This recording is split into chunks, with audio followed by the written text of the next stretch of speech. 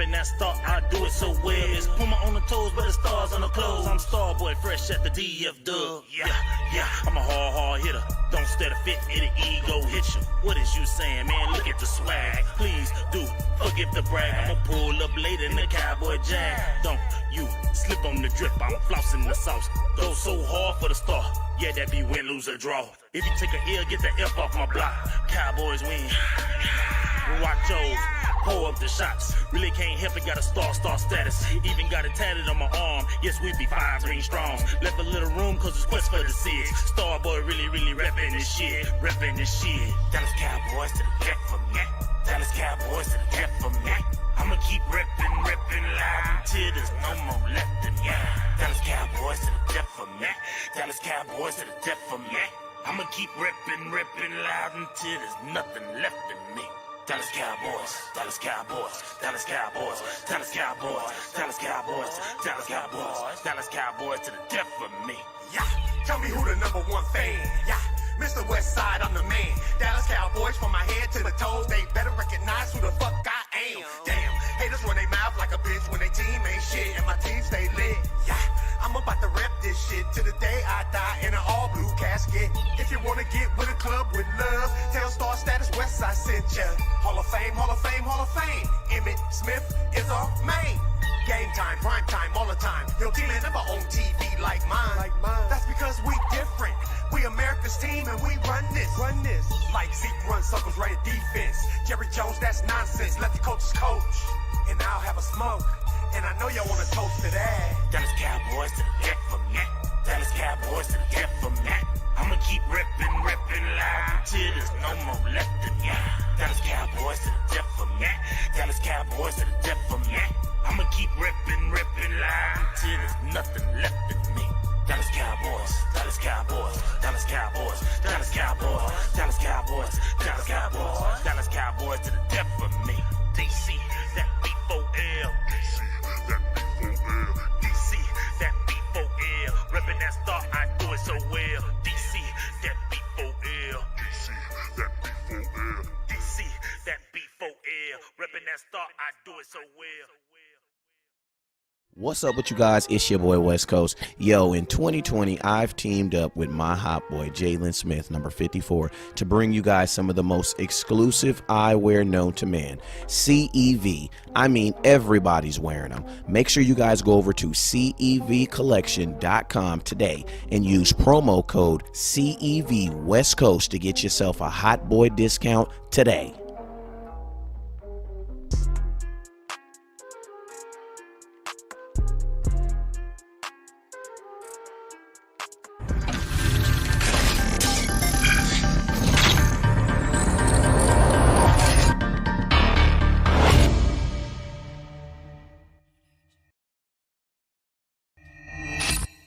What's up with you guys? It is your boy West Coast, and we live in the building, man, on this great Monday, man. How are you guys doing out there in Cowboy Nation, man? We are having ourselves a great time out here in quarantine in Southern California, and then I already know, man, I got my boy Boss Cowboy, and he is quarantined in Dallas. You in Dallas, right?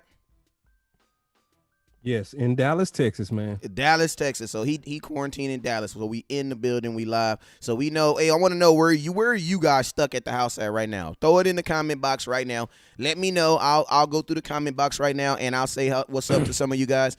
But let me know where you stuck at right now. What city are you? Where are you stuck at? Not necessarily the house, but what city are you stuck in right now? You know what I'm talking about? I am stuck in. I'm gonna put mine in right here. I'm stuck in Fontana, California. At the house. Where y'all stuck at?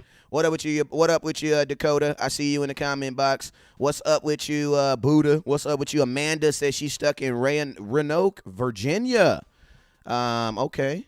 Justin, what's up with you? What's up with you, Amanda? I see you. Tony says, West Coast, what's up with he says, I love those glasses. Hey, if you love the glasses, make sure you go over to CEV.com and type in CEV West Coast, get you a discount today. You know what I'm saying? I appreciate the sponsors. Boss Cowboy, who else you see in here? I know you see some people on Boss Cowboy's page. Yeah, on my page, Joe Trina say, what's up, Boss Cowboy? My boy Anthony Terrell, what's up? I see you, bro. Corey Morris on.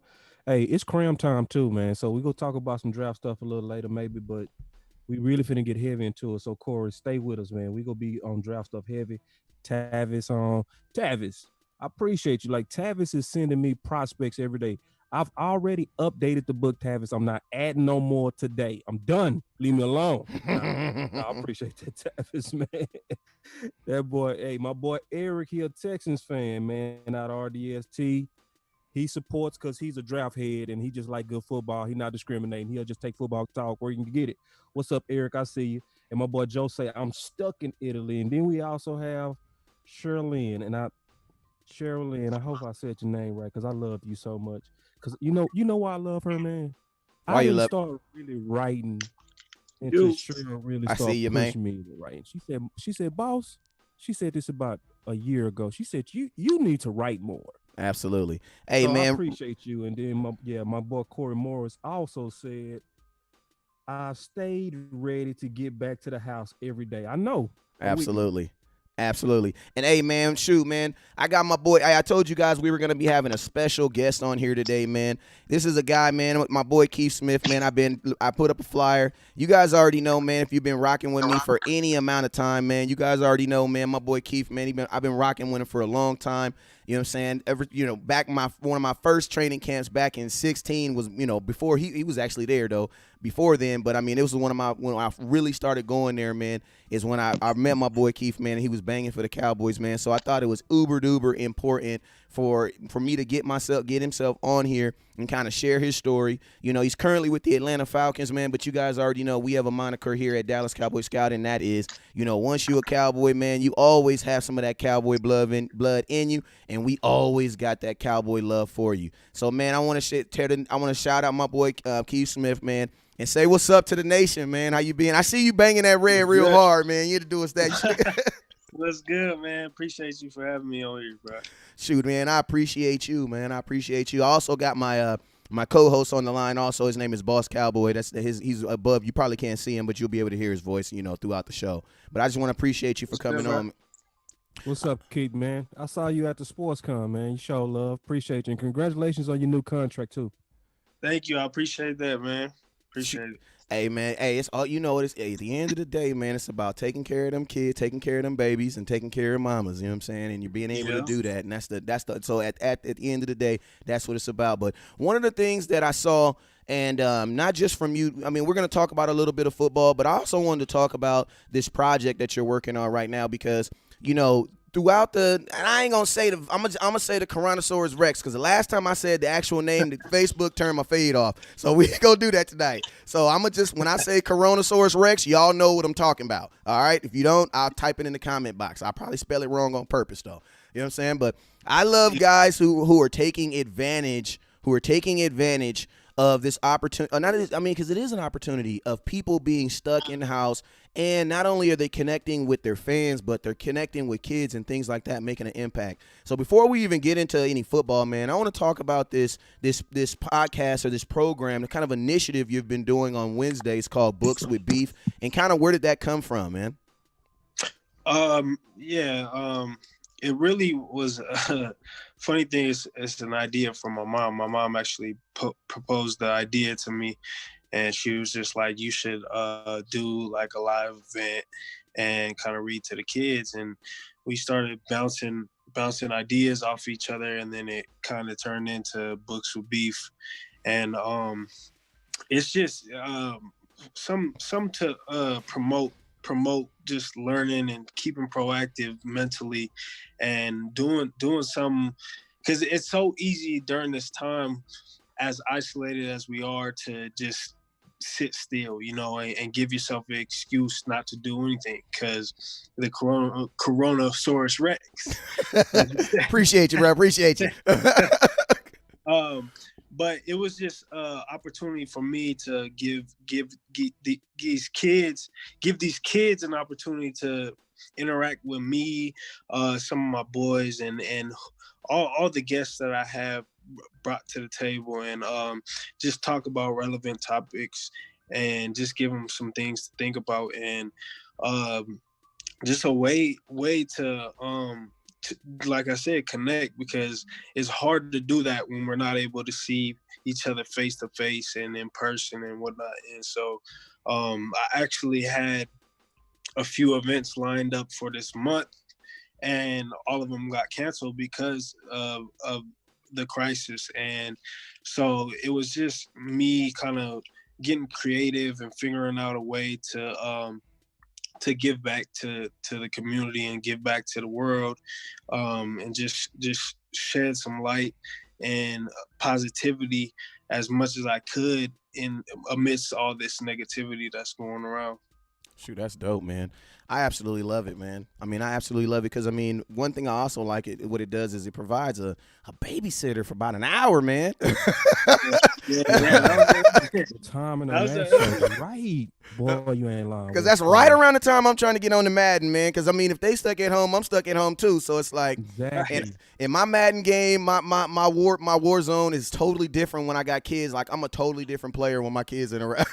So I mean, it definitely give you some, give you about 45 minutes where you can chill for a minute and understand that your children are definitely in good hands, man. So that's dope, man. Yeah, and that's kind of why I did it at 12 noon Pacific, 3 p.m. just to midday when kids are kind of doing their homework or whatever be it, and just an opportunity for the parents to get some chill time, you know what I'm saying, to sit back and disengage a little bit. But yeah, overall it's a beautiful thing, and I've had last week I had Ricardo Allen, my teammate in Atlanta, and then I also had Lindsay Davis. She's an ABC News correspondent, and she wrote her own children's book, and just some of the stuff that they had to say was really dope. I was in there soaking it up and entertaining myself. So it's a real treat for us all. Shoot, man, that's lovely, man. That kind of switch it to a little bit of football, man. Let's switch it to a little bit of football, because I mean, I got one of these hats right here. You know what I'm saying? It's my fishing hat, but I mean, at the same time, this hat is, being a Cowboy fan, being a Cowboy blogger, I be on a lot of flights, and when I be on flights, I wear this hat, and it says, I'm gonna let y'all see. It says, what is this brand on this? It says, "Make fullbacks great." You know what I'm saying? And it's crazy, man, because it's like I told my boy YL, man. Shout out to my boy YL. I told my boy YL, this is like this brand of yours, and I want you to talk about it a little bit and the importance of, why do you, the importance of, the relevancy of fullbacks, man. But I mean, this is probably one of the best conversational pieces I have as far as like a clothing. Because at first, the older generation is like, that's kind of odd. Yeah, they go take about 3 They start like trying to read a little bit. Like they trying to read it, like, hold on, how did that brand get black? Yeah. Yeah. So at first they're like, you know what I'm saying? But then the funny thing is the younger generation, it's not they don't get aggressive, but I can feel like a tenseness, like, and then they read it and they're like, okay, I see. You better take the hat off in some spots, man. Okay, I see what's going on. Tell me, man, why is it important? Obviously, because you play the position, but why is it, because children in the fullback position, from what I've known, you have definitely been, from what I've seen, to passions, things that you really care about. You know what I'm saying? So I mean, why, I understand what you hear about the children, but I mean, why has that been such a, important thing, this quest of making fullbacks greater, and, kind of let me in insight on that. It's, bruh, it's just to shed light on the position, man. Like, what just came out, the all NFL decade team or whatever, and we didn't have one fullback on there. They didn't put no fullback, didn't show no love. So just things like that is an example of how disrespected the position gets and it's just a way to kind of shed light on what we do, and we're kind of an extension of the O-line, and the O-line is kind of not a glory position, and they don't really get as much love and attention, and it's fine, like that's cool, because we in the trenches, you know what I'm saying, we do the dirty work so the homies behind us can shine, and that's what it's all about. But at the same time, we want our respect. You know what I'm saying? Like we out here doing our thing. We out here, we making an impact on teams, on our offenses. Just no matter wherever we can, we making an impact, and it's just that's the whole essence of the brand is kind of bringing the fraternity within the fraternity together, and showing all the other fullbacks around the league, like, I see you, man, like, I see y'all working, like, we out here doing it, like, but also upholding the high standard and making sure that we're all performing well and respecting the position for the greats before us, the Moose Johnsons, the Lorenzo Neals, the Mike Allstars, all the OGs who kind of paved the way to kind of just make that position what it was, you know what I'm saying? And if you look at the stats, we ain't going nowhere, you know what I'm saying? Like, we actually had a lot. If you look at the top 10 teams in the NFL right now, all of them have a fullback. And if you look at the Super Bowl last year, we had 2 fullbacks in the Super Bowl. So it's just like everybody wants to downplay us and say we're fizzling out, but you can't fizzle out hat on hat football. You know what I'm saying? Like, that downhill run game, that is, fullbacks are irreplaceable in that sense. And just as long as I've been playing the position, I'm starting to learn, and I'm still learning about it, and just respecting those who've been doing it and who've kind of set the stage for us. So that's just kind of what the whole brand represents, is like, not only to honor those before us, but to honor those who are in it right now, you know what I'm saying, and doing their thing. Absolutely, boss. I know you had a question or two. Go ahead, let me hear something. Well, first, man, before I ask you my question, I wanted to really just acknowledge that you are one of the people that's actually helping the fullback position, because you have people that can get the position phased out, because honestly, they're not doing a good job at it, you know. But when you see somebody that's actually bringing value to that position with striking the way that you do, people understand real hat on hat football when you really bringing that funk. So, like, everybody that's gonna come on the show, I'm gonna look at film, bro, you know. And what was crazy is when I started looking at the NFL Game Pass, the first thing that started to pop up was you on kickoff. I said, this dude nut. Like, from this standpoint, the first thing I saw on kickoff was you caused 3 fumbles, bro. I saw one on the Tampa game, I saw one on the Jaguars game, and I saw one on the Panthers game. And West Coast told me, he say, man, Keith ain't a fullback, he's a linebacker playing fullback. And at first, you know, West Coast will say stuff, I say, okay. You know, my exact statement about him is Keith doesn't block. He doesn't block, he hits. Now, That's what I saw say. it for myself. Dog, I say, that's a weapon, dog. When you cause 3 fumbles on just kickoff, that's a nose for the ball that's trying to do it. So explain to everybody that's listening how you take that linebacker to fullback. That's just kind of the essence of my game. You know what I'm saying? Like, that part of me will never die. You know, I came in the league, my whole career I played linebacker, and that's kind of like what I held on to. When I still hold on to now is like, I'm not going to just block. You know what I'm saying? Like, I'm out there trying to crack you. You know what I'm saying? Like, as if I'm the middle linebacker, the Mike linebacker in there. You know what I'm saying? So, like, I'm bringing that defensive intensity to the offense, and you know, I know because I was literally in their shoes what linebackers be thinking. You know what I'm saying? So, like, when you think of a fullback, you like, oh, I'm about to smash this dude. You know what I'm saying? I'm about to kill this dude. You know what I'm saying? Like, this no point position, like the irrelevant position. I'm about to erase this nigga. You know what I'm saying? Like, excuse my language. Excuse my language. It's all good. We good. You So right, man. I No got censors on here, I got bro. in the field mode. Yeah.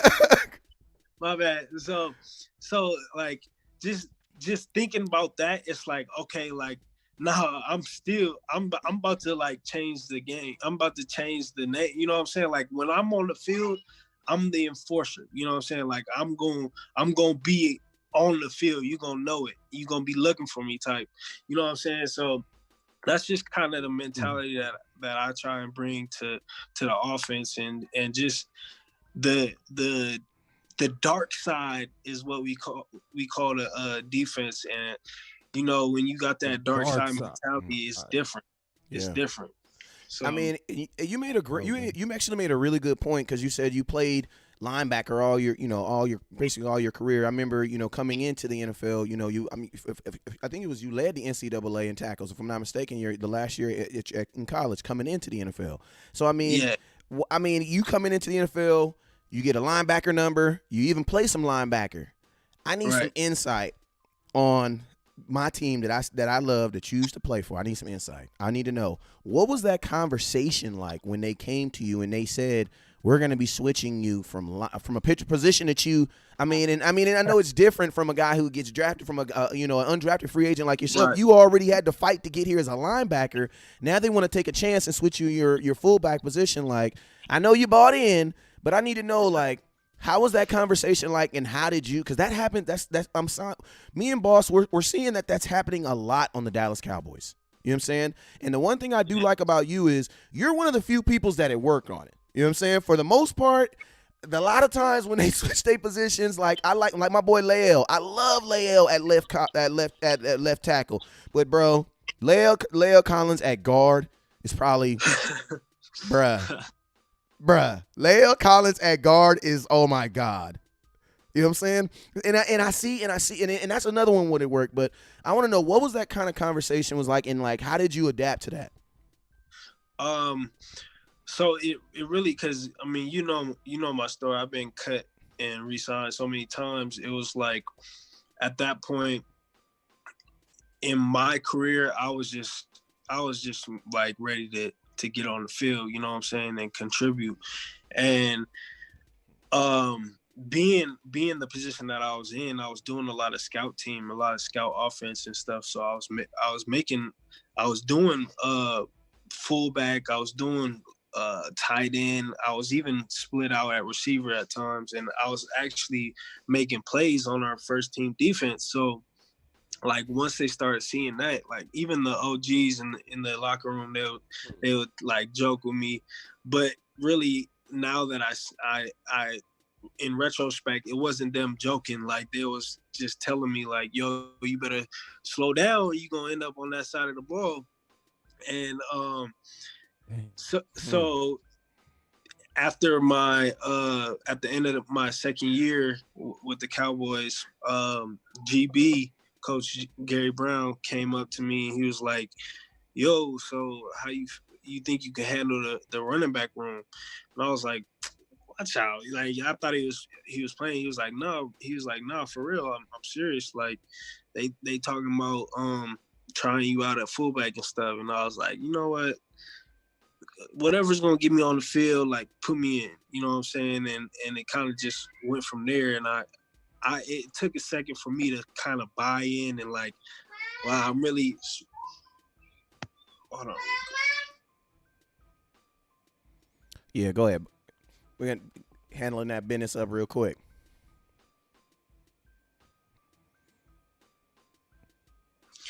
Yeah, so it was kind of just like at that point I was just like, get me on the field, and you know, it was hard for me to really commit at first, but I was just like, you know what, like this might be my last chance, so it is what it is, and I'm gonna rock with it. I was already in the right environment at home, like training with a lot of receivers and stuff. So like I just kept working with them and working on my footwork and doing that, and kind of just ended up transitioning and brought that linebacker mentality to the field too. and started cracking stuff, and it just went from there. Okay, go ahead, boss. We're gonna have like maybe one or two questions apiece, and then we're gonna let you get up out of here, man. Yeah, no doubt, man. Uh, I want to kind of. It's a crazy question, man. But let me stay away from that question, man, because I got so excited seeing you cause them fumbles, man. I want you to move back to linebacker. But let me say this, man. Like, one of the things about you that I'm pretty sure the fans gonna want to know, and we got a chance to talk to a guy that's been in the huddle with some of our best, man. So what is it, what is it really like kind of being in the huddle with Dak and Zeke? What are they really like? Are they the type guys that, that you want to follow or want to be kind of like, hey man, I got these guys back? Are they the type guys that's grinders? Like, just kind of fill us in on what makes those guys great or maybe even not great. I'm not gonna put words in your mouth. Just what about those guys, man? Hey, Oh no, absolutely. I love my time over there playing with them boys. It was Dak's a hell of a competitor, man, and I think that's just what you need at that position. And I think he gets highly disrespected in this league as far as what he's done, even. And I think he's underrated in a sense, just because a lot of people like don't give him as much credit as he should get. And he's a great game manager, and he can run the rock. You know what I'm saying? Like, Dak's a talented dude, and I think one thing that's miscredited is his poise and his leadership. I think he's a great leader in that when Dak's in the game, you don't sit there and like on eggshells. You know what I'm saying? Like, when Dak would be in the game, you know that he gonna handle his business. And that was the biggest thing for me was knowing that when it's when it's on his back to make the play, like he was making the plays. And can't do it all. You know what I'm saying? Like, can't do it all. It's a team game. So I think from that aspect, he gets highly disrespected. And I think him and Zeke complement each other perfectly. You know what I'm saying? Yeah. Like, Zeke's one of the best running backs in the league, if not the best running back in the league. And Zeke's always following forward. You know what I'm saying? Zeke's always Zeke knows every play, knows every route, knows all this, you know what I'm saying? Knows his protections. Like, he's a complete back. And that's why, like, when all this money stuff was happening, I was like, man, if they know, like, they gonna pay them dudes, you know what I'm saying? Like, they make the train run, you know what I'm saying? Like, they make the train roll.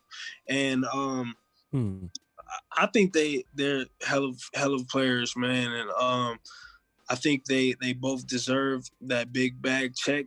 And I think there's a big future in there. You know what I'm saying?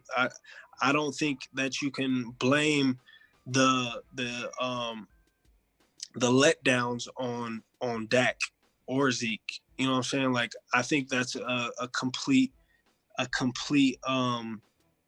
like, everybody has their part in it, is what I'm saying. So as far as them as people, as players, they're great people, great players, and I think highly of them.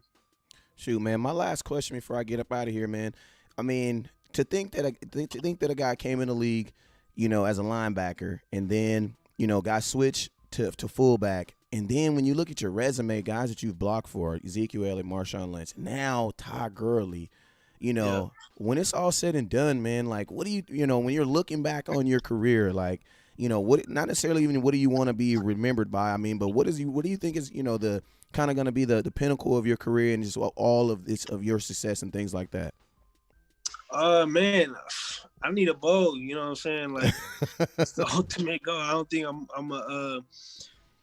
gonna be satisfied till I get that bowl, but it definitely has been a real grateful outlook on that fact that I've gotten to block for all these good backs, great backs. Excuse me, great backs, and even Devontae Freeman, free Cole. He got a lot left in the tank as well. So I've been really fortunate to be in some real talented stables, and I'm excited to see what Todd's gonna bring to us. I already know he's got a lot left in his tank, and a lot of people will sleep on him. So it's gonna be an exciting year, man. I'm excited to continue to get better and continue to do my thing. Shoot, I heard that. Boss, you got anything before we let him get up out of here? I do, man, but I'm gonna let him make it, man. I think he already gave us enough. No, I'm lying. You gonna actually help us segue into the next thing we gonna talk about real quick, if you don't mind. It's a big debate going out there right now. Obviously, we saw CMC, Christian McCaffrey get his bag. None of us are haters at all. We always happy when you guys get paid. Y'all deserve it. It's a hard game. So we gonna start you off, man. If this question is out of line, just say, all right, I can't answer that. But who better, man? You been on the front. You saw them both on the sideline. Zeke versus CMC. Man, I'm going with Zeke, man. You know what I'm saying? That's my boy. And I mean, they're hard to compare. They got two different games. You know what I'm saying? Like McCaffrey's low key a receiver on the low. Yeah, Fact. I'm finna go. I'm gone. I'll talk to you later. Fact. Hey man, can I ask you a question? Why is it? And then I just want to know, why do you think why people won't clearly say that, like, as I get what I get what Saquon Barkley brings, but like, why do you think people have that reservation with really saying that Zeke is the best back in the NFL? Why do you think Why do you think there's that or even smooth that reservation? Because I don't. I mean, I love Saquon. I love what he brings to the team, but I see Zeke making his team better. You know what I'm saying? Well, there's a lot of good backs in the league right now, man, to be honest. And it's hard to say one's better than the other, because a lot of them do different things better than the other. You know what I'm saying? Like it's crazy, and it's so much talent at that position now that it's kind of freaky, but it's exciting for guys like me, because you probably gonna. Can you hear me? Yeah, I can hear you. Because you probably gonna block for somebody like him, so it's exciting, man. But it's just hard to say. I think it's all bias. It's all who you think, because they both. It's who you want to say who better. Yeah. Right. Yeah. Well, shoot, man, I appreciate you stopping by, man. Shoot, man, So you got a 42-year-old quarterback in your division now, bro.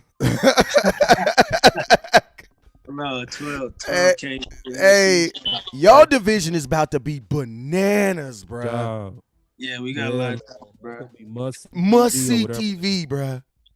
Like, y'all division about to be bananas. You know what I'm saying? Well, hey, man, I appreciate you for stopping by, man. I'm going to continue to rep the brand, man, because like I said, you always showed us love, man. As I always appreciate you for stopping by, man. Anything you want to say before you get up out of here, man? And let them know where they can find you for your IG and for your Zoom, too, before you get up out of here. Yeah, check me out on Instagram at Beef31. Twitter is K_Smith31. No, I appreciate you guys for having me. I appreciate Cowboys Nation always. They still show love. So y'all got a spot in my heart forever. So I appreciate y'all.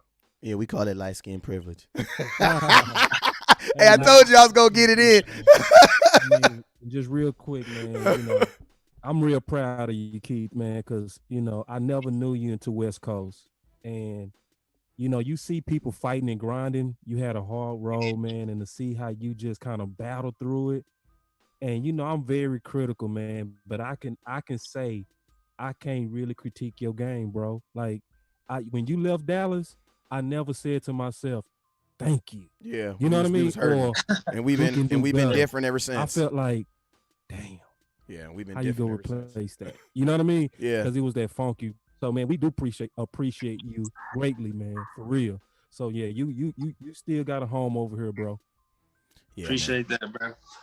All right. Hey, well, man, you be blessed, bro. And that video, as soon it's crazy, man, because I ain't gonna lie, man. As soon as he became a free agent from Oakland, I made a video and I was like, come back to the Cowboys. My boy YL texted me, said, bro, you can come back to the Cowboys.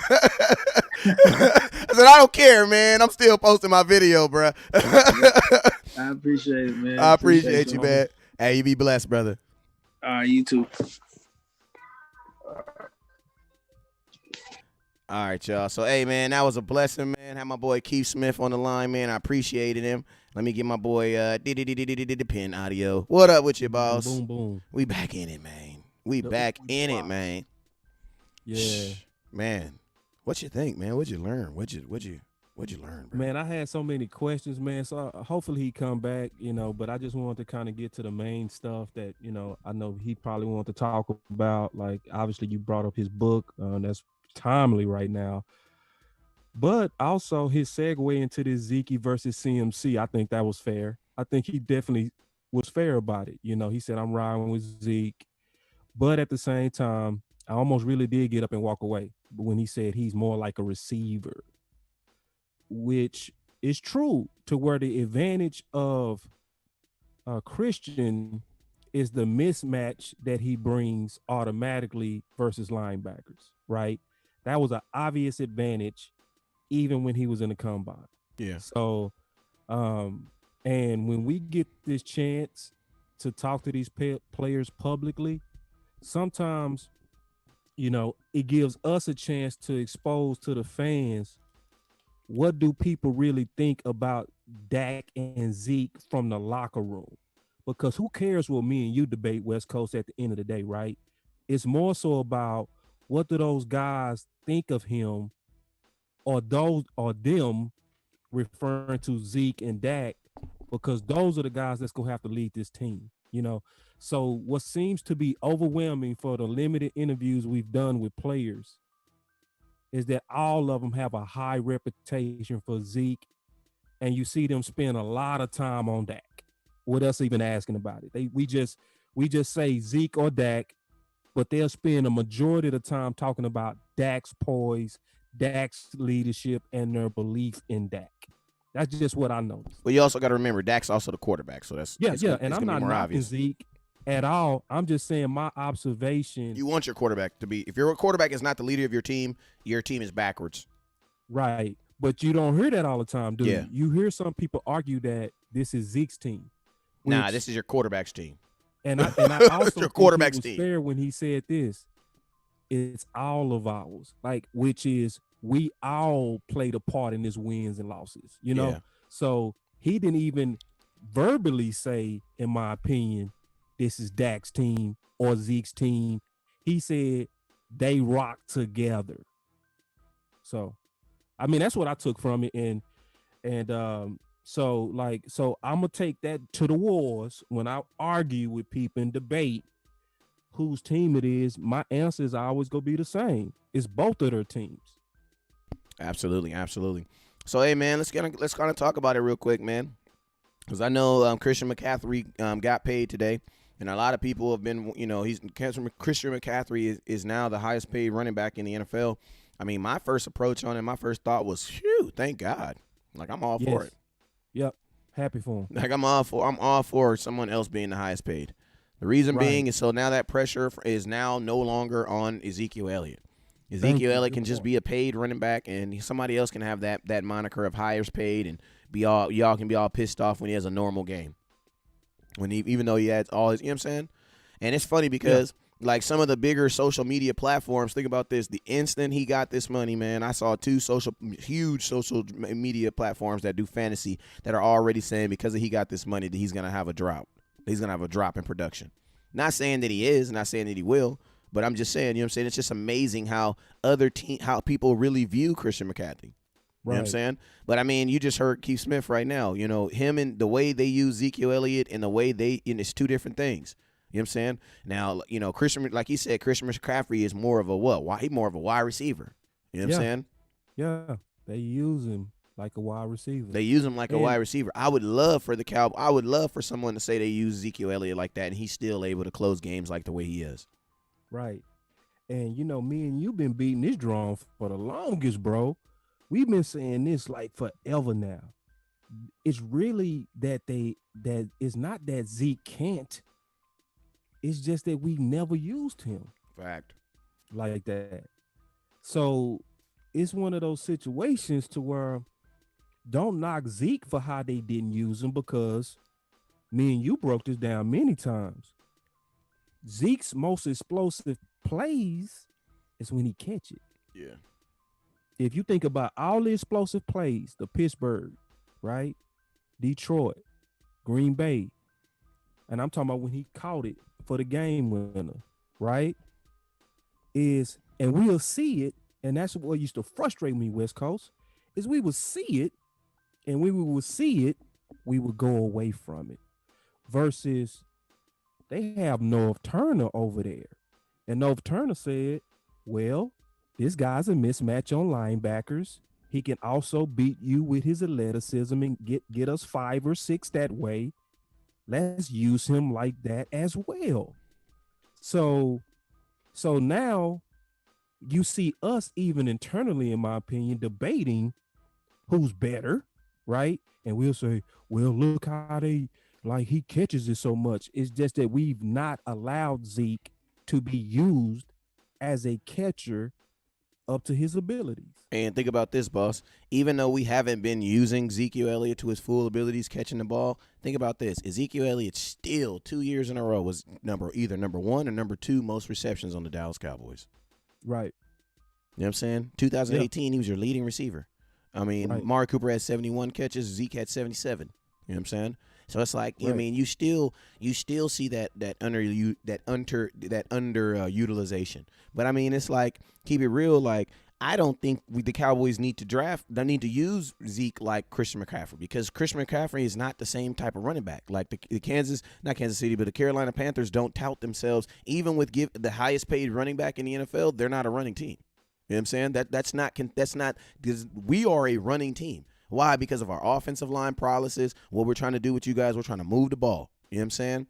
Christian McCaffrey is like Keith said, more of a wide receiver. So the nice thing about the Cowboys is, and with Ezekiel Elliott is, the Cowboys, we're downfield. We trying to get hard, honest yards. You know what I'm saying? We're grinding. You know what I'm saying? And if you think about it, it's like we don't really have a choice. You want to know why? Because we play Washington Redskins twice a year. Well, look at their defensive line. You know what I'm saying? You play Giants twice a year. Their defensive line is but I mean, they always bring it. And Philadelphia's defensive line, they have actually low-key been pretty good over these last couple years. Ranked-wise, they've actually been ranked higher than our defensive line. You know what I'm saying? But I see my Hot Boys more, and I know my Hot Boys had injuries. So for them to hang with them and they had no injuries and we did, that lets me know how good a guy like Antoine Woods is, and these other guys that we really don't know how good these guys really are. They able to hang with Fletcher Cox. You know what I'm saying? Like these big name boys. You know what I'm saying? So, Yep. But I mean, just to stay on kind of topic as far as this right here, it's like, I think Christian McCaffrey, it's like, you're going to see it this year, man, because this year, man, he is going to have to be everything for their offense. You know what I'm saying? He's going to be everything for their offense, because not only, they picked the wrong year to kind of like switch out their quarterback. You know what I'm saying? Because now you're in a division where you got to play Tom Brady, Drew Brees, and Matt Ryan. You know what I'm saying? Those all 3 established quarterbacks. Yeah, they finna go at him. So, bruh, like Christian McCaffrey is, CMC is literally going to earn every dollar of that $16 million. So, to be honest with you, when I heard that he made more money than Zeke, I said, you know what? I'm okay with that. Yeah, I was like, I'm okay with that. Yeah, I mean, because he's going to be their 1, their 2, and their 3. He said they both good, and I don't want to use Zeke up. See, excellent point. Excellent point, because we saying Tony Zeke Pollard's not a versus starting CMC. running back in the NFL. No, sorry, Roy. Yeah, so he's saying because we saying Zeke versus CMC, we got to look at all the factors in this comparison. One was definitely overused. The other was sharing. Mm-hmm. Keep that in mind. The other was greatly sharing, and it was games to where the momentum favored Zeke to have an epic game, but then we fell behind, which then you have to put him up. Yeah. New England, Green Bay, Minnesota, all those games, the Jets, all those games got to a point to where it didn't make sense to keep pounding with Zeke if they got ahead of us. So they were used different. And I think Keith was very fair. It's hard to compare a CMC type, which is an athletic receiver type, agility type of running back that had to put on a lot of muscle. Because remember, he was so weak from the combine, he could only lift 225 Good 10 point, Corey. times. So Yeah. when you can only lift 225 10 times, it was teams that was debating should we move him to receiver. Exactly. You yeah. never had to rebuild Zeke. You just put him in and let him go. So they're Yeah. different. They're very different. So it's a hard comparison. So if we go line by line, I say this: who's the better blocker? Zeke. Who's better on yak? Zeke. I'm talking about yards after contact, not yards after catch. Who's better yards after catch? Contact. I would Contact means after contact, and because I appreciate you for, because I know people are gonna say yak, because I it caught me by surprise too. But yards after contact means after a defender hits them. You know what I'm saying? Right. So after Yeah. a defender hits them, not Yeah. after he shake. If you shake somebody, like because I ain't That's gonna not a lie, contact. because Christian McCaffrey by far is a better juker. The Agility. ooey-oppies, you know what I'm saying? He got Yeah, the juice. You know what I'm saying? When he got that. Yeah, he's quick. But we're talking about after a defensive lineman or after a linebacker Smacked you. hits you, after they physically touch you, who gets more yards Right. after that point? And even Keith Smith, what did he say? That's What did he say? Zeke. He said Zeke always falls forward. Yes. Players I heard pick that. up on He that always- stuff. And people take that for granted, West Coast. That's a yard and a half, bro. What you mean? That's an Bro, extra yard and a that is- half. That's the part of Zeke's game that people take for granted is his ability to push the pile. Like he So in rarely the gets game of negative inches, yards. How do you take for granted a yard and a half or extra 3 yards after contact? Yeah. You just can't. So I would give that edge to Zeke. But yards after the catch, I would give that to McCaffrey if we was counting that. Blocking, I think I already said that. That's Zeke. Agility, I get that to McCaffrey. So like I think Keith was right. Is there two styles, but overall, I'm still going with Zeke because of how we use Zeke. So the fact that, in my opinion, McCaffrey had to put on more weight and pounds before you could trust him between the tackles, and you never had to do that with Zeke, Never. you naturally have to me, give the edge to Zeke automatically Yeah. because he came in ready to go. You And never that had to also, wait and for your keeper him to think about change. this, boss. Think about this. It's also think about in boxing when boxers don't mind going down, because when I go down, that means my power's still gonna be there because I'm still heavy-handed like a mug. I might lose a little bit, but what boxers don't like is going up. Why? Because I gotta put on weight, because now Right. I'm out of my natural body shape. You know what I'm saying? So that lets me Yeah. know at some point CMC is probably going to lose that weight and go back down to his natural. Like LeBron even did it. LeBron put on a bunch of extra weight in Miami. When he went to Cleveland, he cut all that weight. Went back to his Right. lean self, more athletic. The only difference is this is football where people are contacting you. You know what I'm saying? Yeah. And it's about like this. Who do you really think is going to make it through the contract? Because if I'm looking at just looking at, who I honestly think is going to make it through that contract, who is built to make it through their 5-year contract, Zeke is. Yep. So it's like if I, Natural. It's naturally, natural like that. you know what I'm saying? Yeah. This isn't something Zeke is trying to do. This is Zeke how he naturally is. You know what I'm saying? He So don't have to eat 40 peanut butter and jelly sandwiches to maintain. He just wake up like Zeke. exactly. You know what I'm saying? So it's like for me, I can, it's gonna be very curious, and I'm not trying to put no smoke on anything, but I'm gonna tell you this: I'm gonna be very curious to see how long Kirsten CMC is on this contract, because I'm pretty sure there's an early out in about 3 years. I guarantee there is. You know what I'm saying? Because he isn't a naturally bigger running back, so a lot of that elusiveness is gonna lose with age. But I mean, Somebody but said he Zeke deserved it out this there, year. CMC might be a faster runner. Adam said this, but Zeke is fast. Actually, CMC is not faster because in the combine, CMC, Christian McCaffrey, he ran a 4.47. Zeke ran a 4.45. So And he was heavier. so even the speed edge goes to Zeke. And Zeke was heavier.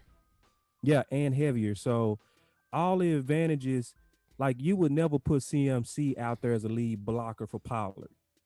But Zeke is so versatile that we was able to say, Zeke, in this unique situation, we're gonna put you as a lead blocker.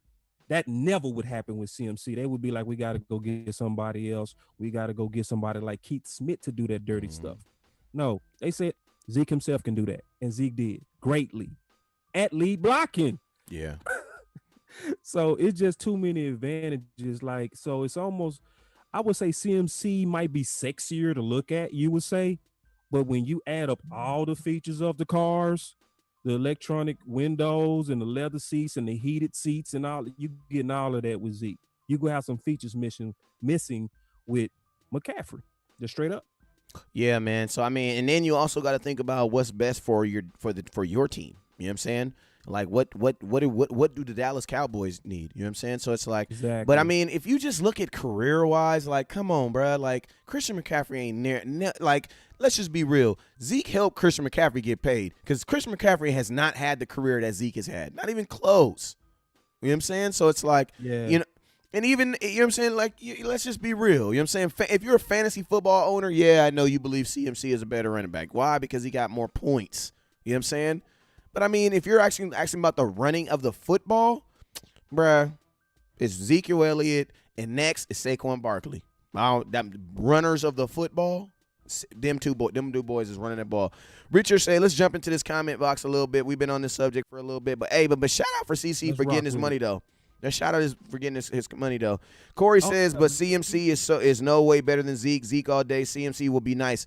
Corey, Joe says we'll be seeing a lot of running backs getting paid after Henry did what he did in the playoffs. Well, I mean, think about this. I mean, True. You know. Henry didn't, and think about this. Henry only got $10 million because did he sign the franchise tag? If I'm not mistaken, he signed that tag, didn't he? I'm not sure, bro. I ain't gonna even lie. Well, it's only $10.5 million. So if I'm Henry, I know I ain't. Put it like this: I know I'm not trying to sign it now. And You know what I'm if saying? I'm Henry, I know y'all getting ready to pay me because CMC just got paid. You go pay me, period. And then it's funny how nobody got mad that Christian McCaffrey got $2 million more than Ezekiel Elliott with no man, like no Zeke no holdout.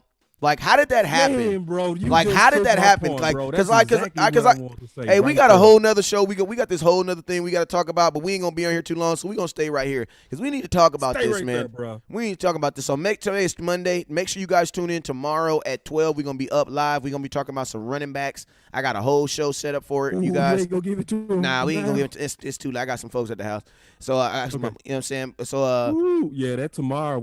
so make sure you guys tune in. Make sure you guys tune in tomorrow. We're gonna be breaking down 6 running backs that the Dallas Cowboys should be looking at. Now, hey man, my mind just went blank. What were we talking about? We was talking about Zeke versus CMC, but from politics. We was talking about the way that front office treated Christian McCaffrey versus how our front office treated Zeke. Because you raised a hell of a point. Because there's also a versus in that. Just noticed what West Coast said. There was no McCaffrey who. There was no comparing him to other running backs. It was done early. He didn't have to wait to training camp. It was no insulting of the guy that put it on the line. They did it behind the scenes, quietly, respectfully, and McCaffrey is going to rise with confidence that my team and my owners and my front office believes in me. That's like, true. and the fact that our best. Some people might fight about Dak, fine. Some people might fight about Tank, fine. But if you trying to fight about Zeke first 3 I can't years, trust you. I can't trust you. I can't trust you. I can't trust you. I cannot trust you. And even Zeke was put in that category of none of our best are going to be market setters, and I'm man enough to stand on that. Yeah. I'm going to tell you this right here, man. Versus on that as well. Look at how they did it versus how we did it, bruh. Hey, I'm gonna tell you this. If you don't think that Zeke is the best back in the room, it's three criteria I have that you got to be able to. You should be able to yes on all three of these questions, right? Is Ezekiel Elliott the best running back in the NFL? Did Dez Bryant kill it? Did Dez Bryant catch? Did Dez Bryant catch it? Yes. And did Carl Basson kill her husband? Yes. Okay, there you go. I don't even know what you said last, but I'm gonna still say yes. Did Carol kill her husband? Oh, I don't know. Nah, trust me. Look, he don't even know the facts, and he'll just say, I don't know. He can't even for sure say no. But we all know Carol killed her husband. I said yes anyway. Yeah. I know you. Carol killed her husband, man. Yes, You know what I'm saying? I'm gonna say yes to that. Let's keep it all 100. If you can't say yes to all three of them questions, I can't trust you. Exactly, bro. Come on. Mama. That's just some stuff that's just not. We can't. It's non-debatable. It's 2020. We got Carnosaurus Rex out here sweeping the streets. We got to know where we stand with everybody. Man, we got to know. My boy Roy says that Zeke set the pay scale for running backs. Yep, and he took the blunt of the blunt. He took the blunt of it, remember? Because CMC low. CMC is not – and you know what's really funny? Like, I'm not knocking CMC, but what I am going to do is salute to the Carolina Panthers for paying their best player. Like, they didn't disrespect him in the media. They didn't make no Zeke who she shirts. They didn't, you know what I'm saying? They didn't make him, they didn't say, oh, you know what, we could wait to pay you technically because we don't even know if we're going to have a season. We don't even know. No, they didn't do any of that. They said, you're our best player. We're going to pay you, period. There was no discussion.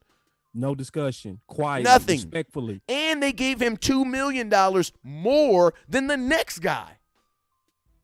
$2 million. $2 million a year. After everybody said last year that you don't need to pay a running back, look what Carolina did. Paid him. No discussion, no talkings, no iffies, no uffies, no none of that. If y'all don't believe that they be doing this crap wrong, you're tripping. Over here like we overpaid him. Fans, bruh. Yeah, it's the. They don't even got a quarterback, bro. But you know what they did say? We got a best player, and we're gonna take care of him. We don't know who our quarterback best player for us. For us, he might not be the best in the league, but he's the best on our team. Exactly. We wouldn't be or have a chance without him. So yes, is it fair to pay him more than Zeke? No, but we know how this work, and we not gonna play with this. Reward the guy who put a lot on the line and added the weight. They asked him to, added the pounds, became the guy that can become a runner in between the tackles. They rewarded him. They didn't treat him like trash. So if you look at our front office and you look at how we treat our guys, all of us should commend not just Zeke, but Zeke, Dak, Tank, Cooper, Zach Martin, and everybody that had to fight Dallas to get paid. Yeah. Because, that says a lot about them, especially even Dez. I'm going to bring up Dez from this point.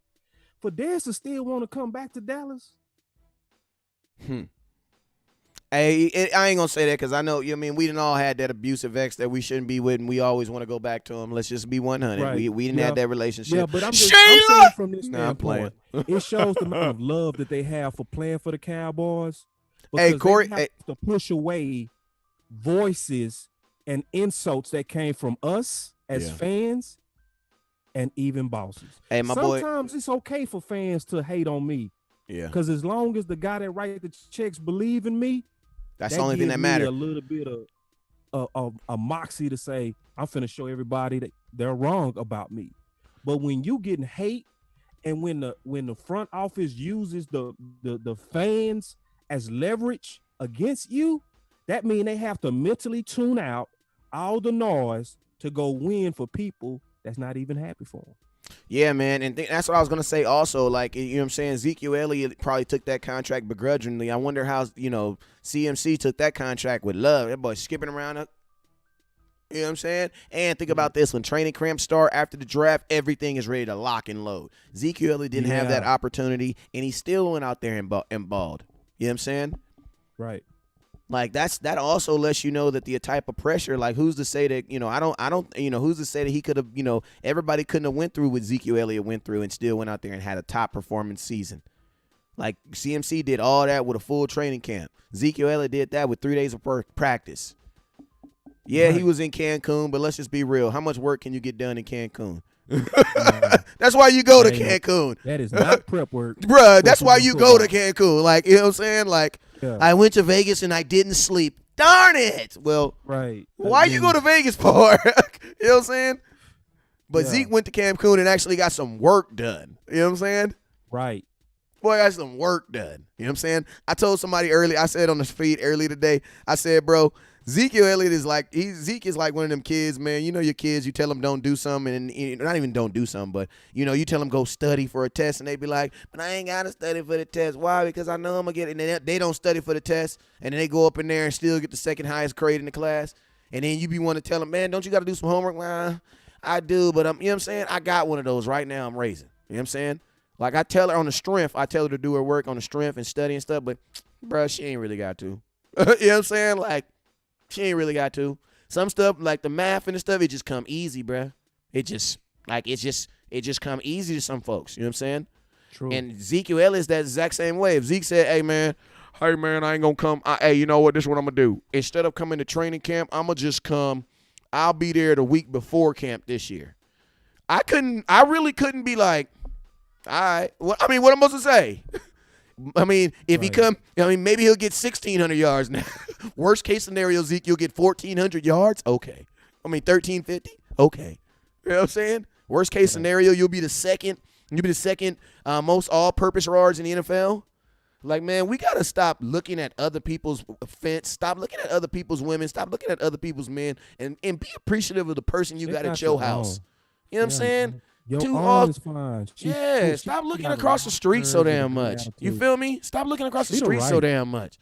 I think you said that, boss. Didn't you say the that? The worst part is you looking at people that's 6s and 7s, and you got a 9 and 10 at the house. Yeah. Like you 20. Like stop looking across the street. Stop looking across the street. And we're not trying to be vulgar. It might be kids listening, but at the same time, that's what they come here for, though. Is perfect. Yeah. You looking at stuff that we already got good stuff at the house with. Stop looking across the street. Stop looking at Matt Stafford and stop looking at Wentz and stop looking at everybody that's on the trade block. And now we want the OU quarterback over Dak, and we want CMC over Zeke, and we would have took anybody over Tank. It's like we hate our own more than we love, and it's like they don't look like, from the analogy, what we have at the house. We're good. Learn to love what you got. Yeah, stop looking. Hey, that's gonna be the new. That's gonna be the new slogan. That's gonna be the new slogan. But now that slogan does not apply when you have a need at linebacker and you looking at not linebacker. That doesn't apply. Stop looking across the street means when you got a quarterback and y'all talking about Teddy Bridgewater. Hey, bruh, come here.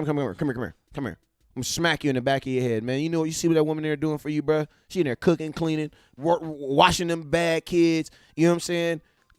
Boy, man, I'm smack you in the back of your head. You know what I'm talking about? Smack him. You know what I'm saying? Smack you in the back of the head. Now, that's what we mean by, that's a situation when we say, stop looking across the street. You know what I'm saying? Enjoy what you have in your house right now, because what you have in your house right now is perfect for you. It's not good for you. It's perfect for you. Perfect. Dak, like, think about this, bro. Imagine if Dak Prescott had his talent, but Baker Mayfield's attitude. Oh, my God. How would that work in Dallas? He would have been ran out of Dallas by now. Going off on the media, that was a stupid question. In Dallas media doing that? Bro, they would eat him alive, bro. They're like a man, like a professional, and he falls on his sword a lot of times when it's not even his fault. He'll sit there and say, it's on me. I got to play better. If anybody's going to look at anything, I need to look at myself. He says all the right things all the time, and we don't appreciate that. I would say I'm not going to say that many fans, but just too many of our fans are unappreciative. And it's not even about just Dak. We like that with all our best. Like, it's not even just Dak. It's people out here super co-signing CMC, like ready to give up on Zeke over CMC.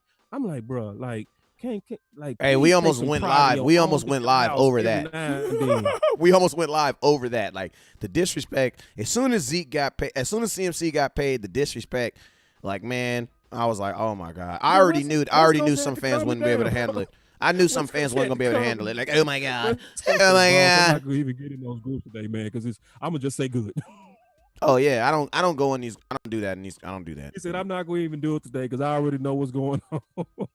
Yeah, man, it's that worship, man. It's that weird player worship, man. I don't want to hear it, bro. You know what I'm saying? You didn't see this. You a Cowboy fan and seen this dude play, run, do what he has done, and now you want to something you don't even see. Like, let's be real, you don't even watch enough Carolina games to see to say if if you're not even a real fan, if you didn't watch that many Carolina fans to know that he better than Ezekiel Elliott. You a Carolina fan, bruh. Bro, how you know about Carolina? Yeah, like you a damn Carolina fan. You know everything about your neighbor's wife. Yeah, exactly. Oh, you better back up. You been cheating. I ain't say it. I did not say it. I said it. How you know what kind of what's her favorite food? So you know too much about Carolina. You on to something, West Coast. You on to something. We got some people double looking. We got some double lookers. We got some double lookers. We got some double lookers. Hey man, speaking while we on this, man, I had this, I always had these random things in my comment box. And we up here talking about Dak knows what the star do. Dak know what the star, the leader of men, absolutely. Hey man, I want to read off some of these names, bruh. I did this exercise earlier today. This has nothing to do with. This is what grade would you get the Cowboys free agent? I guess you can use that. But I want to talk about these quarterbacks real quick, man, because this is just crazy to me. Listen to this. You got Russell Wilson. 9-6 playoff record. He's 86-41 in career record, right? Right. You got Jimmy G. Right. Jimmy G is 2-1 in the playoffs and 42-25. Jared Goff, 2-2 in the playoffs, 33-21 in the regular season. All right. Ben Roethlisberger. Okay, we're going to go a couple more. Russell Wilson's a guy's paid. Jimmy is a guy's paid. He's paid. Jared Goff's a guy paid, right? Ben Roethlisberger, 13-8 in the playoffs, 144-71 regular season. 144-71. It's pretty good. He sounds like he should be a guy that's paid. Andy Dalton, 0-4 in playoffs, 70-61 in the regular season. 70 wins, 61 losses. All right, let's jump to Baker Mayfield. 12-17, never been to the playoffs. Philip Rivers. With all those weapons. And a first overall pick. Oh, it gets worse. Listen to this. Deshaun Watson. I think it's weird. It gets weirder. Deshaun Watson, 24-13, regular season, 1-2 in the playoffs. Philip Rivers, 5-6 in the playoffs, 123 wins, 101 losses. Paid. Ryan Tannehill, 2-1 in the playoffs, 49-49. Paid. All right, let me go. Let me put this one up here. Hold on. All right, here we go. Yeah, here it is. We got. Let's go. Actually, this wasn't the one I wanted to look at, but let me get this one right here. This is the one I wanted. Here we go. All right, here we go. So let's go. Now we're over to our division. Dak Prescott, 1-2, 40-24 regular season, not paid. Carson Wentz, 0-1 in the playoffs, 32-24. So that's funny because Carson Wentz is supposed to be a better quarterback. Dak has 8 more wins, even though Carson Wentz has been injured a lot. You know what I'm saying?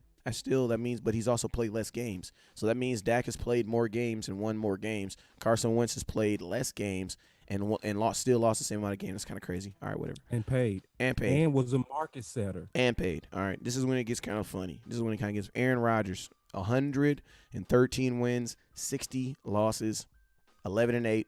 Sounds like he should be paid, right? Kirk Cousins, 1-3 in the playoffs, 44 wins, 42 losses, and 2 ties. Now, if ties are still like kissing your sister, that basically means the dude got 44-44 paid. Matthew Stafford. This is the one that blew my mind away. Matthew Stafford, 0-3 in the playoffs, 69 and 79 losses and 1 tie. Now remember, ties are like kissing your sister, so that means this dude is 69 and 80. And he set the market in 2 categories. 69 and 80. He was a market setter with that mess. Tom Brady, he's ridiculous. 30 and 11, 219 losses, 64 wins. 64 losses. Drew Brees, 8 and 8 in the playoffs. 163 wins, 111 losses. Matt Ryan, 4 and 6 in the playoffs. 109 wins and 80 losses, man. And then you got lonely Teddy Bridgewater, 0 and 1 in 22 the market and 12. in 3 categories. Matt Ryan.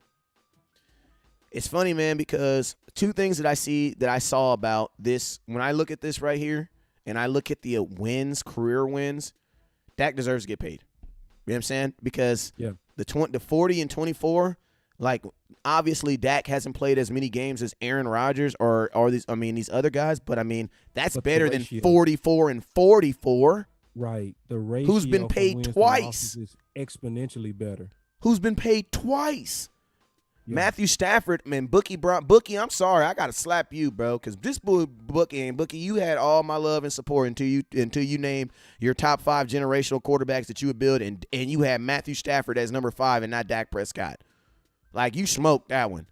This dude 0 and 3 in the playoffs and 69 and 80 in the regular season. Right. 69 and 80 means you shouldn't even be going to the playoffs. Man.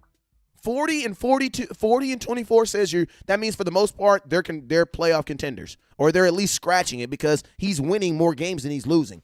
But 69 and 80, bruh, his team, he's not but he's not a good quarterback. From that standpoint, looking at Matthew Stafford, he's not a good quarterback. Well, and then you can say it like this, from the standard in which Dak is judged, right? Because, Dak is judged to this crazy new standard which says this year. Oh, good job, Richard. Dak good point. Won only so many games versus winning teams. So they ignore your one, they ignore your 1, your 2, your 3, and they only pounce on 1 year, which happens to be his career best year in yards, touchdowns, right? And also touchdowns to interception ratio. Like all of that's through the charts this year. But they use the win and loss columns to say he's mediocre. Hey, look what Richard says. Richard says, hearing that just let me know that QBs get paid off one season way too much. Fact. Well, no, I think it's a little bit more than that, man. Good point. And I think that's an excellent point. But at the same time, quarterbacks get paid, in my opinion, both based on rarity of the position. So it's almost like, yes, Matt Ryan is not winning and all of this kind of stuff, or Matt Stafford is not a winner in terms of the wins and loss columns, but our chances of finding another one are too slim for us to take the risk. So we might as well pay this guy and build around it. Hey, you want to get pissed off? That's the attitude of most teams, which we seem to think after going through 17 quarterbacks to get from Aikman just to Romo, that it just not having to find another quarterback after Romo is just going to be easy. Hey, boss, can I piss you off real quick? Of course. Derek Carr, playoff record 0-0, career record 39 and 55. It's crazy. And he set the mark. Time out. This is a starting quarterback in the NFL. Yeah. Who got re-signed 39 and 55. Richard, and set the market. And guess what? Richard, on Richard's point, you're absolutely right. Derek Carr got paid off of a year. Right. Dak has years. Say, well, we shouldn't pay ours because the other teams paid theirs. Well, all you have to do is really go look at the trend of first-round quarterbacks. Yeah. Right? Just go look at it. Everybody said Allen was going to be sure. Everybody said Josh Baker Allen, Mayfield 15 and 12. Sure. Everybody said all of these first-round quarterbacks was going to be just no miss. Josh Allen, 15 and 12. Sam Darnold's 11 and 15. And Baker Mayfield doesn't even have a winning record in the NFL right now. Right. Think of that. So you can go get a quarterback. Think of that. Round. Like, I know a lot of people drunk on these quarterbacks like they are every year coming out. I mean, they fully drunk. They have fully, like y'all really want to get involved with a quarterback, bro? Like, bro, quit picking a quarterback is like literally like winning the lottery. It is like Right. winning the lottery because God. think about this free agent. Look at Well the free said. agents. Think of the free agents, right? Cam Newton 3-4, 68 and 55 with one tie, so he's 68 and 56. You know what I'm saying? You got Jameis Winston 0-0, 28 and 42. That's a number 1 overall pick. Cam Newton, number 1 overall pick. Bro, I'm going to be honest with you. Like, I'm going to keep it real. I think like this. When you go into a franchise draft, or not a franchise draft, when you go into a draft and you're looking for a quarterback, it don't matter what you say. It's about, do you like this guy and do you think he can do it? Because think about this. Look at this. You got a guy like Drew Lock, 4-1. You know what I'm saying? Already off to a good little start. Now, obviously, he came in late, only played 5 games. You know what I'm saying? But who's to say? But what I'm saying is some of these guys, like, man, we are not trying to go back into the quarterback carousel. Like, life is going to get really strenuous. Like, we're not trying to do that. And Johnny Hill said Jerry's going to pay Dak. And see, I feel you. That's exactly what Keith Smith said. But Keith Smith's point was, well, They why should not already know pay that. him? Like, you know you go pay him. See, He once said they're again, the West engine. Coast, The exact same thing Jerry Jones said. He said they are the engine. They're the guys who, like, yeah, all the other guys are good. And you know what I loved about that? That had to been a very humbling statement, because basically what he's saying is like those are the guys that you're coming. Those are the guys who get that thing going. Everybody else, we just support them. You know what I'm saying? Yeah. Yeah, we gonna be looking at Zeke and Dak a lot longer than we gonna be looking at anybody else. Hey, Keith said some things, man, that just like, No, oh Keith my God. said some real stuff. Like what he said about, like, you know, my job is to go out there and like bang for the front so that these guys in the back can get your glory. Like, bro, you never let a guy who makes a statement like that, you never let him go. Nah, we messed up letting Keith go. We be did. honest, bro. We did. We really did. We messed up. I mean, because you got your mids and the smoochy, kissy. He seemed like I do my job and go home guy. Some people like a certain type of personality. He's so authentic and you know, culturally, he's the type of guy that people would take wrong because, you know, you'll think he got a bad attitude, but really he's the type of guy that's just about his business and he goes on. And sometimes you get rid of those type guys because they not the smiley types or the, you know, love to go out with the team and all that kind of stuff. He handles his business and his kids and he go home. But can I ask a question? Because my boy James, I want you to talk to James, because James says he really hopes that in 2 years we don't regret the decision to pay Dak. I listen to you guys, but I'm on the fence. Can you talk him to bring him down the fence? Because I feel like the only way you should be on the fence with Dak is if you just started watching him this year. And even if you did start watching him this year, you should absolutely love him because he had the best season of his career this year. Stop looking at how the team went 8-8. Like, can I say this before you say? Yeah. We gotta stop equating Dak. The Dak didn't go 8-8. The Dallas Cowboys went 8-8. And you know who paid the cost? The coaching staff. That's why they all got fired. That's what happened. So we got to stop equating. Like, there's no way you can look at what Dak Prescott did this year and be like, you don't know if he had the best season of his career, of his life this year.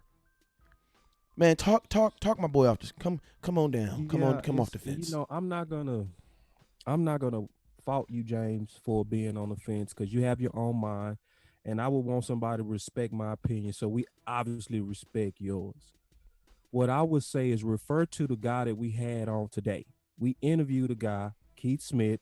He came on, and because we was thinking about you guys, we asked a question that took the fan perspective away and gave it to a guy that really supposed to believe in him.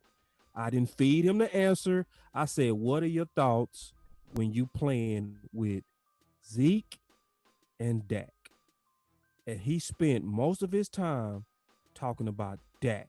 That doesn't mean he don't respect Zeke. But at the same time, he talked about, and this is the feeling that you want with people in the huddle. He said this, when he's in that moment, we believe in him, especially in the clutch. So, that's why I said at the end of that interview, I said, it really don't matter what I think. It don't matter what West Coast think. What it really matter is what the Keith Smiths, Alawales, Coopers, Gallups, and they sing praises to him. Yep, fact. So at this point, James, it don't matter what you think. It don't matter what I think. You can be on the fence or off the fence. What we showed today was what they think. So, and when they get in that huddle, they believe in him. And so when they believe in him, and he put up a career year, and he's averaged 10 games in his 4 years, and he's consistently getting even better. He's putting his life on the line with this coronavirus out there practicing, right? For the team. I'm gonna say he ain't putting his life because they healthy, so they ain't. You know what I'm saying? There's no risk when there ain't no risk. He's taking a risk. But see, this is the deal, and I'm not gonna get into the politics of that being smart or not or whatever. That I'll let other people debate that. Talking you off the cliff, I'm gonna say I can't. All I'm gonna say is take the other guy's word for it that's supposed to trust him, and they say even when they're gone. I rock with that guy. I believe in that guy. So, I mean, I can't change him on to talk you off the cliff. I just say respect what the guys that play with him say. Yeah, and then some of y'all just need to trust your boy West Coast and Boss Cowboy. Like, I need some of you guys to just admit. I mean, it's all good. Like, I know that I don't work on cars as much as my mechanic does. I don't. I know how to do some things, but I just don't. You know what I'm saying? I don't have too much things in my life. You know what I'm saying? I get it. But it's like I don't go to my mechanic and then tell him, hey, man, you know what I'm saying? Especially when they're bringing that information to you. Be open. Be open. That's the only thing we're asking you guys to do is be open. That's it. And also I'm gonna tell you guys something too is like this. The one thing you're gonna learn, and we should let y'all know when you first start a little service announcement. It's gonna be hard to listen to Boss Cowboy, West Coast. It's gonna be hard to listen to our shows, to our content, and still listen to mainstream media, because a lot of the stuff that mainstream media, and we ain't really said this because we ain't trying to start no problems with nobody, but mainstream media, man, a lot of these guys, they're more about dissecting others' ideas. Where here, I didn't, we didn't set all this up so that we can react about other people's ideas. We want to be able to bring brand new, fresh ideas to the table. And that's why a lot of times, even with the Tony P, I get it. You know what I'm saying? I get it. We bring a new idea to the nation. And guess what? A lot of people are new to it. Now you have, USA Today saying the exact same thing. You know what I'm saying? One thing I will say about Boss Cowboy is the first time I met Boss Cowboy was saying this: pay Dak Prescott $30 million and get it over with. Yep. And you know what I said? No, give him 23.8. I don't know where I even got that number from. I don't even know where I got that number from. Like, then I went up to 25, and then I was like, damn. That doesn't make any sense. Why would Dak Prescott take less money, less than da-da-da-da, right?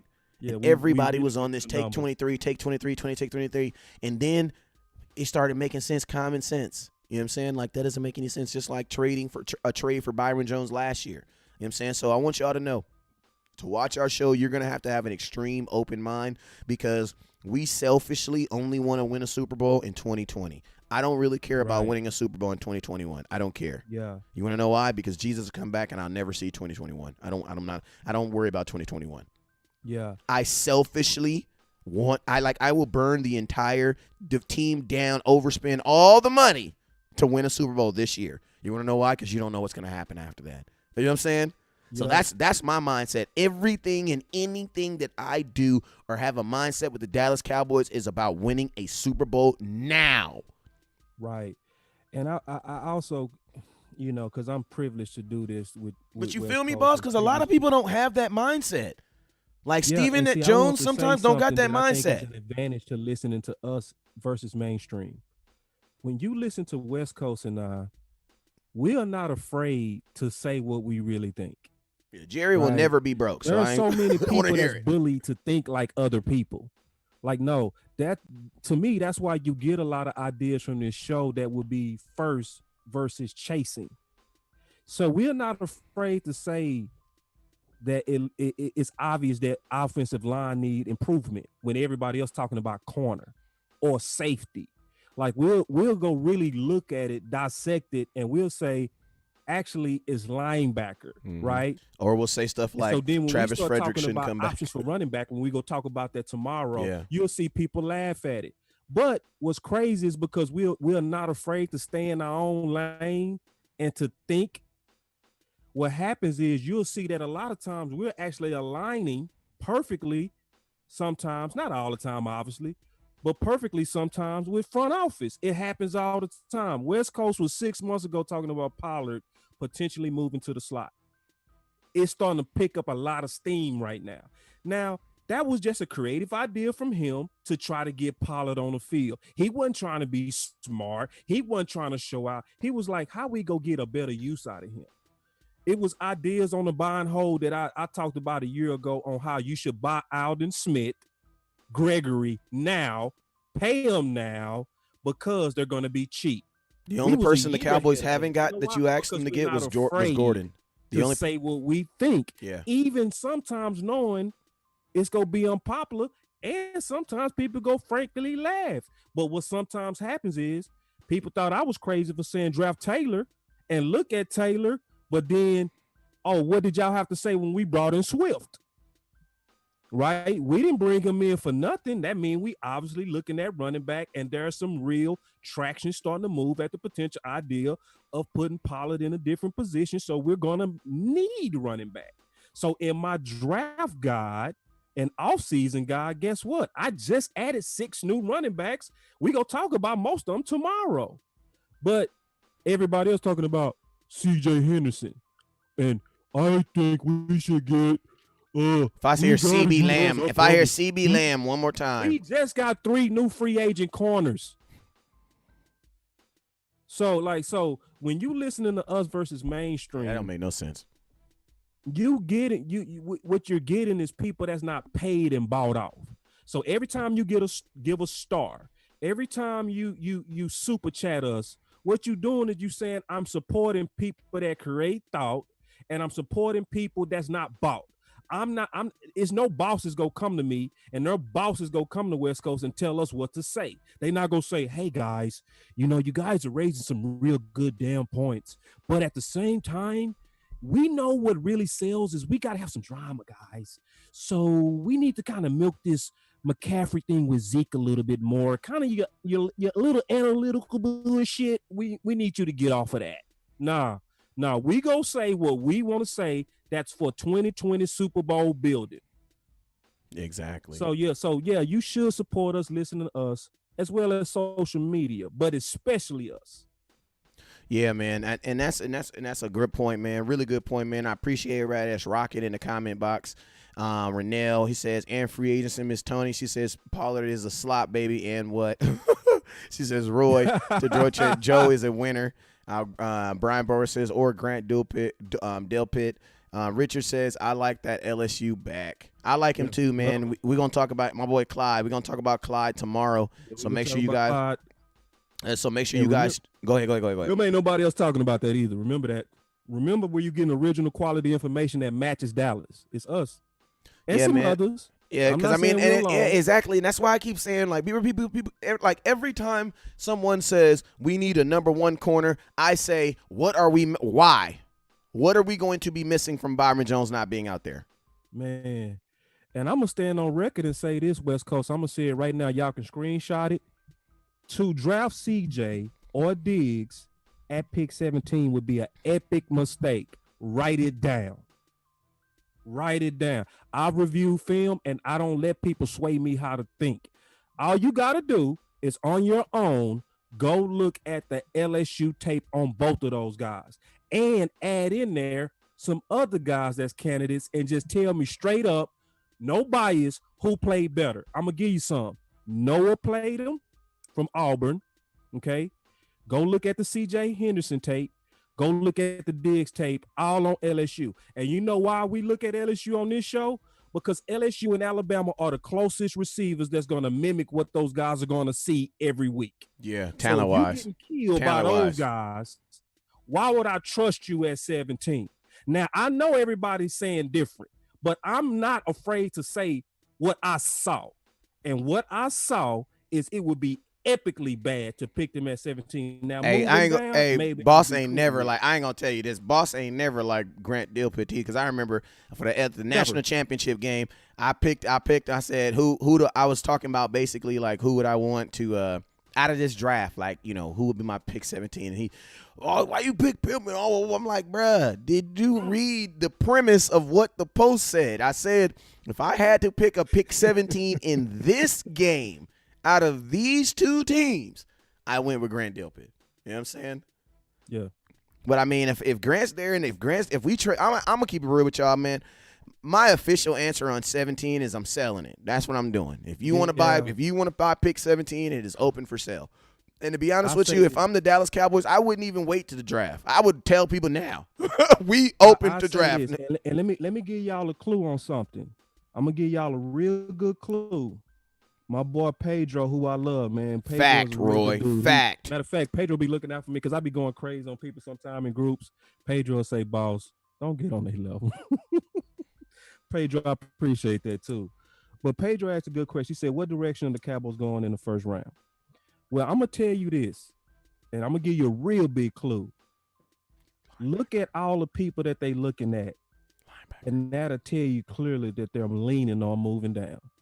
Because everybody that they're looking at are either bottom of the first candidates or second round candidates.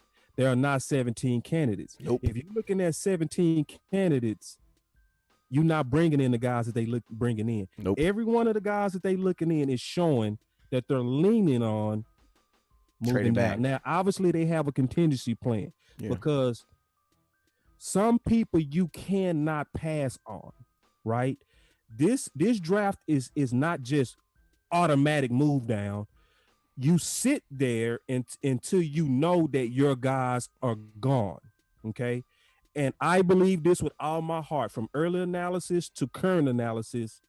The people to sit there for are only for a few, mainly tackle, because the tackles in this draft are so good that it's almost like you just can't pass them up, even if you feel like you are okay at that position. You would have to do something with that talent. Like, for instance, I have a feeling that Willis is going to be the person that drops to us. I have that feeling, bro.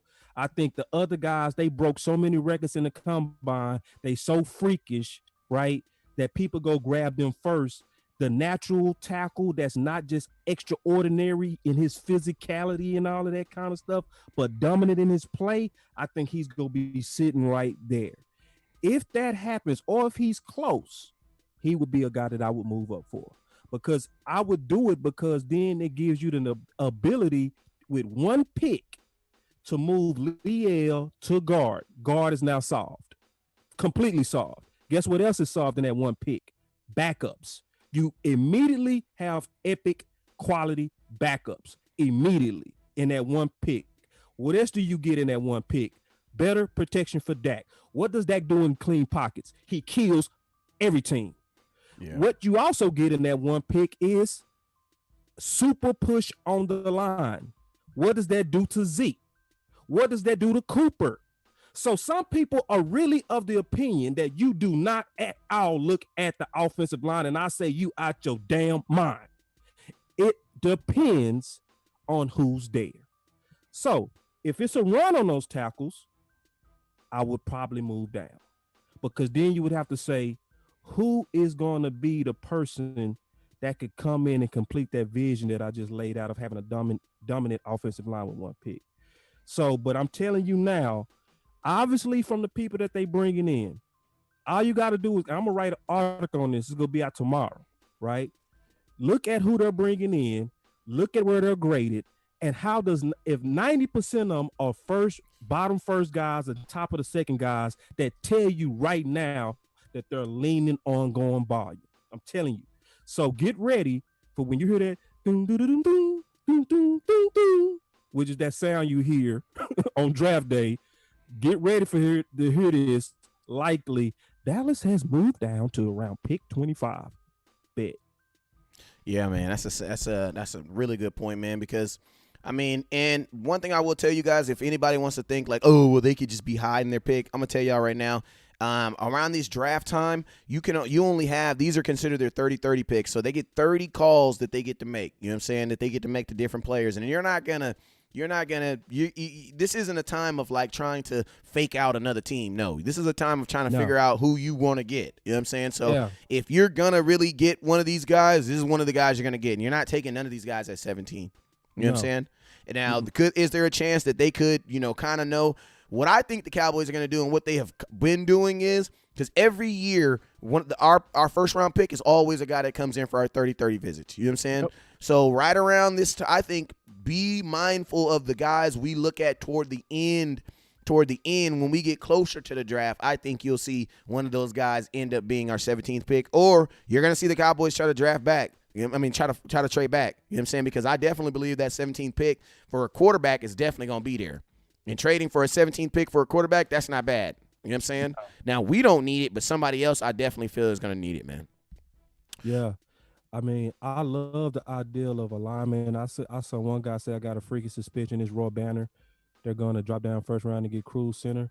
Yeah, I mean, to me, like the Dallas Cowboys, we was already hammering the importance of guard before Fredericks retired. So you mean to tell me West Coast will now go back off even more? You out your mind.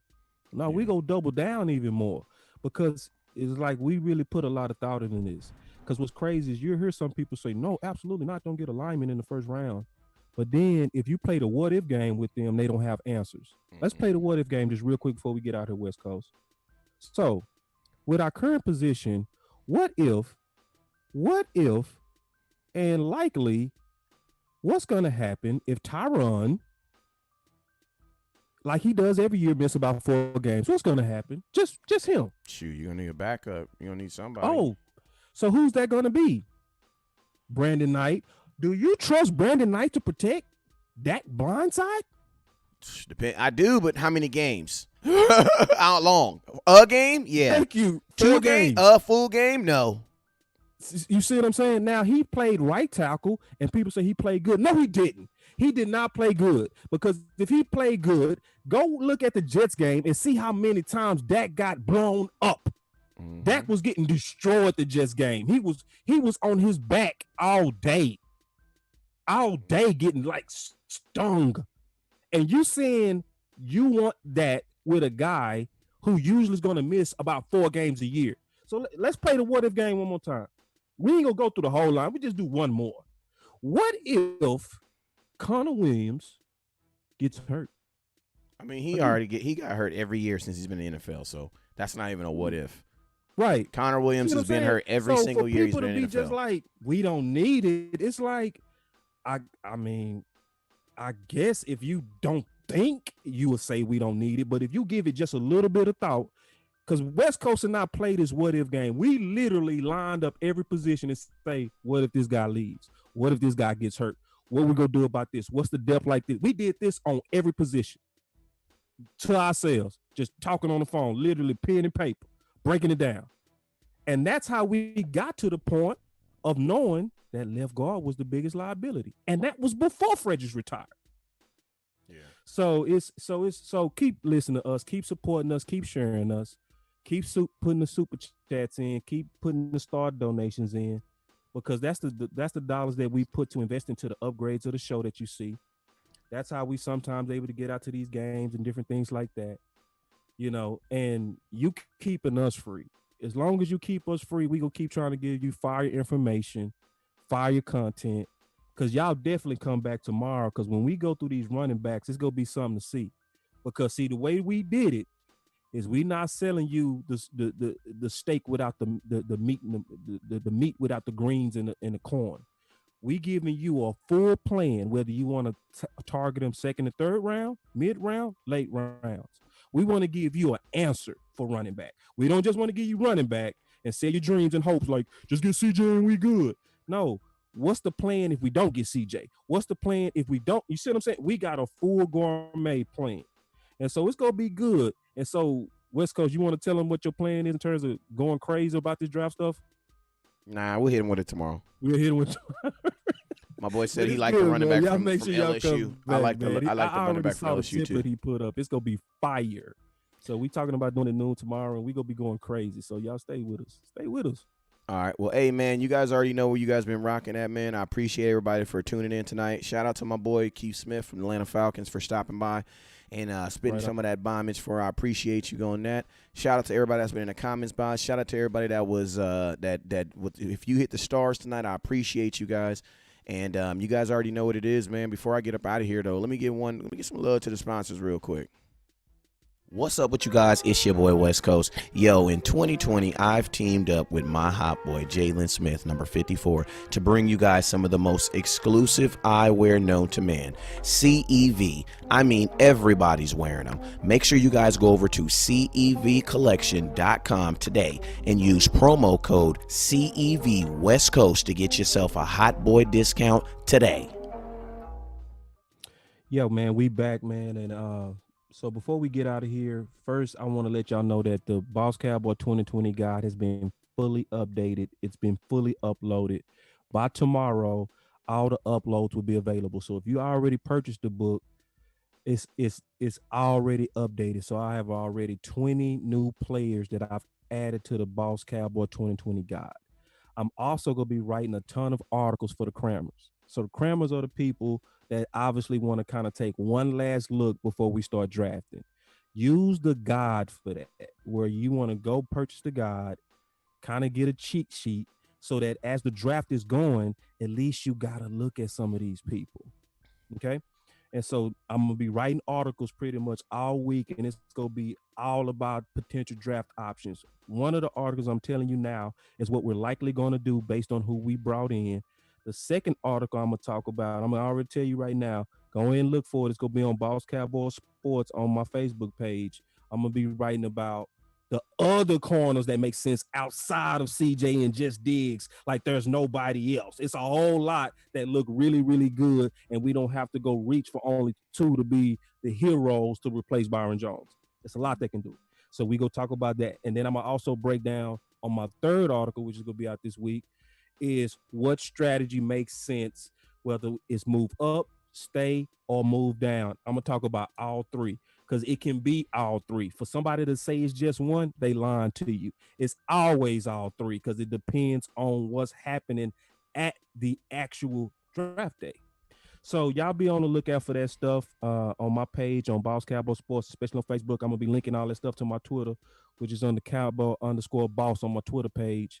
And I'm going to be loading y'all up on, and because I call it the cramming session. Now we all cramming, getting ready for this draft. Let's get the last of these prospects in so we can know exactly what we're looking at come draft day. Yeah, and what was I going to say? My boy Julius, you had a good – he said the sad part is we had running back 2 and a backup plan for Byron Jones and let them go, and now they're on active rosters. Well, Mike Weber's not on the active roster. He's on a practice squad for the Kansas City Chiefs. I do agree with you on that. We should have definitely kept him. Michael Jackson Jr., nah, bruh. Michael Jackson Jr., I was at camp 17 days out of 21. He was getting roasted. Like, he was getting roasted a la Pichia. You know, he was getting roasted. And that was Mike Jackson, former 4th round out of Miami.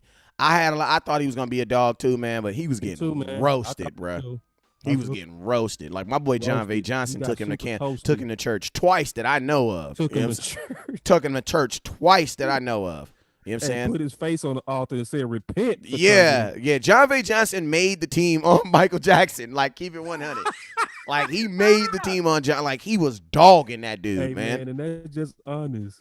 Just keeping it honest. Just keeping it funky with you. And the sad thing about it is a lot of us were rooting for him. Like, I was one of the guys that was rooting for him. Yeah. That's why when I saw your comment, I had to get on him. Like, nah, Mike Jackson was a legitimate miss. You know what I'm saying? But at the same time, it's like develop, but we just being honest. I was just about to say that he was not what Chris Richard was looking for. So I don't see why they even drafted him. He had all the measurables. He had the 4.4 speed. He was looking good at practice, but we go gray when those lights come on. When them lights come on, and when them lights come on, bro. And I want y'all to notice that West Coast and I repented publicly on that, man. Yeah. It's nothing wrong with that. It's nothing wrong with saying that was a bad one, and I thought better of that guy, and I was wrong. Because what that does is allow West Coast now to go back and say, why was I wrong? So the next time we evaluate, we go likely be what? Right, you know? So it's nothing wrong with openly admitting Yeah. sometimes that You can't have missed. more dog than talent, and he has more Thank dog than he you. has talent. And And he when you have still more, might develop, but what he put out there, he needs to be with a talented coach, like a coach that focuses Yeah. on skill, on the Yeah, actual skill of skill. playing the corner position, And- because a lot of his stuff is raw. So when you his play a lot straight of line raw, speed didn't match his game speed, bro. When you see the 4.40, but when he was on the field, a it smart show you, wide man, receiver that is going to take sometimes, him man, to that- town. them straight line 40s a lot to you, man. But you get what I mean? Like a smart route runner or just a precise route runner is going to take him to town, man, like because he's not and I'm gonna read the still not routes. all the way out on him, but he looks so bad that you really could be like, I was wrong. Oh yeah, Like, I I'm gonna give know. him some Yeah, time. He might develop, but his bottom was so bottom, he got cooked, bro. he got He got cooked. super cooked. And see, that's always a bad sign when you get super cooked. Like if I'm playing corner, obviously you gonna lose A some. gang of But I wanna times see at though. least 50-50 A battles, gang right? of times though.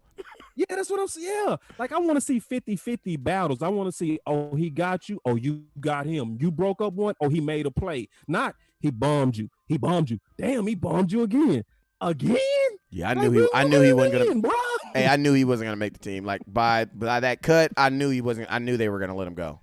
Like I knew it. I was like, yeah, he's man, not gonna make this that's team. it. That's You know what I'm saying?